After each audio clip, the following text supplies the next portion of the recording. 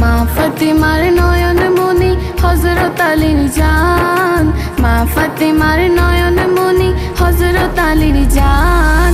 ইমাম হুসেন শহীদ হলো কারবালার ময়দান, ইমাম হুসেন শহীদ হলো কারবালার ময়দান।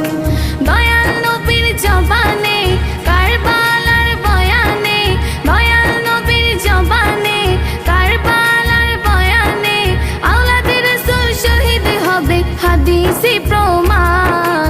ইমাম হুসেন শহীদ হলো কারবালার ময়দান, ইমাম হুসেন শহীদ হলো কারবালার ময়দান।